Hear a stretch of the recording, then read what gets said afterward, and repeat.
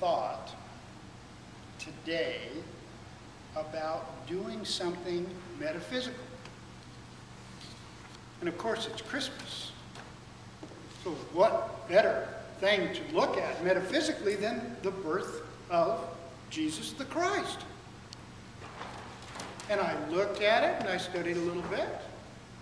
And of course, I ran across some wonderful things, such as the end being the intellect. So of course, our Christ-like couldn't be born in the inn. It had to be born in the manger, which is heart and emotion. I thought that was pretty good. And then I thought some more. And I let all that go. Because what I came to was, what about an opportunity just to look at that marvelous story? Because so many times these days, you can't talk about Jesus here or Jesus there. Christmas is about shopping. It's about gifts. It's about food. Oh, thank God for food.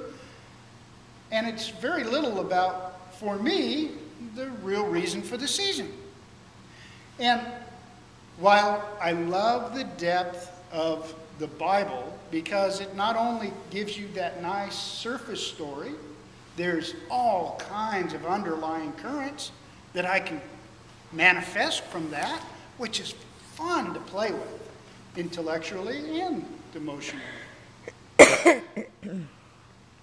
But I looked at the idea that we, of course, are, for me, mirrors of the Christ child. And for me, that spirit is us. And that whether or not you hold to Jesus' existence, or whether he's God for you, or just a human being, or whether he even was on the planet at all, the story goes that his father and mother had to travel to a place for a census. Now imagine this, a mother almost with child, not getting in the station wagon to cruise to the local grocery store. No, she's traveling hopefully on the back of a donkey, possibly walking to a location miles away from home, no real roads, rocky, mountainous, insane these days to think that a woman that far pregnant could even consider something like that. I mean, there's no hospitals on the road. And then to get to this place, and her husband hasn't even found a place for him to stay. Come on! No room at the inn. The guy treks his wife and future son all the way to a place of unknown origin and says, oops, you got to park it in a manger. Some say the manger was a cave. I like the manger being a barn. And I love that image of the animals all around, quiet. Not mooing, not whinnying, not scuffling around, but silent. Knowing what was about to happen. And being fully present in that. And then it happens. The birth happens. Was it the Messiah? Was it another human baby?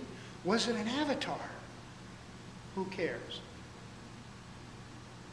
What does it feel like for you when that birth happens? Well, maybe it's the birth of a new thought. Or maybe it's the birth of a new self. Or the birth of a daughter or a son or a grandbaby. That emotion, that love that just gushes forth at that instant when you see them for the first time. Imagine this. The manger's silent.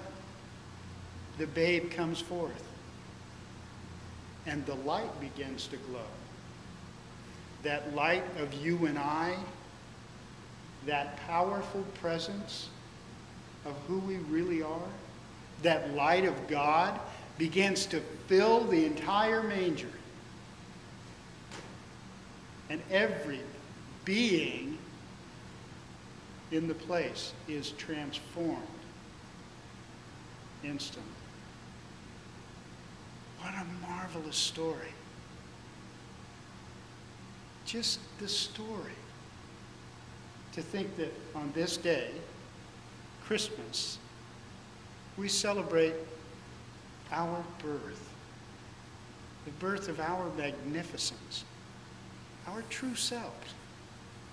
Not the one we cloud over, not the one we think we are, not the one we hope to be, but the one that we truly are. Magnificent light, child of God. Really, that's what Christmas is about. While the other stuff is wonderful and fun to play with, the magnificent transformation that is our birth into who we truly are is the true gift of Christmas. Peace and blessings.